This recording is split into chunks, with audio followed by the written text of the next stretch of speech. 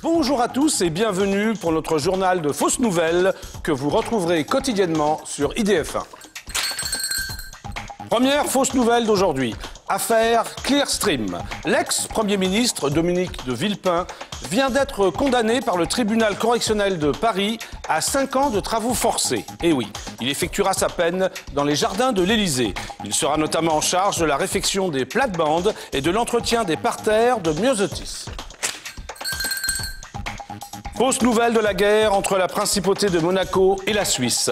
Les blindés monégasques sont entrés dans Genève et les troupes d'occupation commencent à se déployer. On nous signale des îlots de résistance autour des principales banques. Le président de la Confédération helvétique et son gouvernement se sont réfugiés dans le coffre-fort de l'UBS.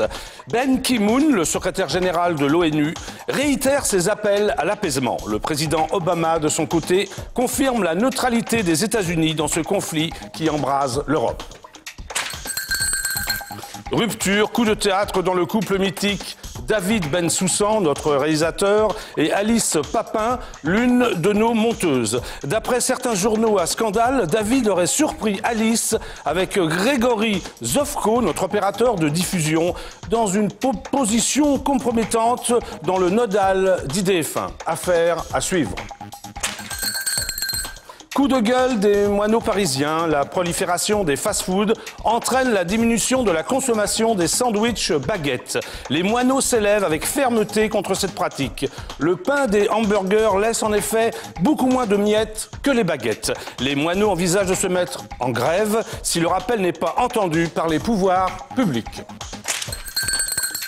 Incendie monstre à Los Angeles. Depuis cette nuit, les flammes ravagent la capitale de la Californie. Et oui, d'après les premiers éléments de l'enquête, le chanteur français Johnny Hallyday serait soupçonné d'avoir allumé le feu. Écoutez ce document sonore de notre envoyé spécial. Allumez le feu, allumez le feu. Oui, cela ressemble bien à un aveu, hélas. Autre fausse nouvelle, la chanteuse Chimène Badi va enregistrer un duo avec le chanteur Corneille. Titre de l'enregistrement, le Cid.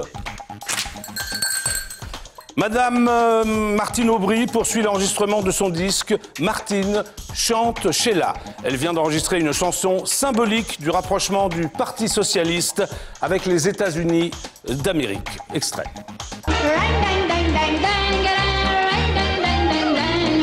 Je ne sais pas si vous êtes comme moi, mais chaque fois ça me met en joie d'écouter jouer sur un crin-crin, un vieil air du folklore américain. Aussitôt. Nous attendons la réaction de José Bové. Une nouvelle race de vaches transgéniques vient d'être mise au point dans le Bordelais. Leur production de lait est remplacée par une production de vin. La SPA proteste contre la montée de l'alcoolisme. C'est les jeunes veaux qu'elle va entraîner. Enfin, dernière fausse nouvelle d'aujourd'hui, tout va bien dans le monde. Voilà, c'est tout pour aujourd'hui. À demain pour d'autres fausses nouvelles.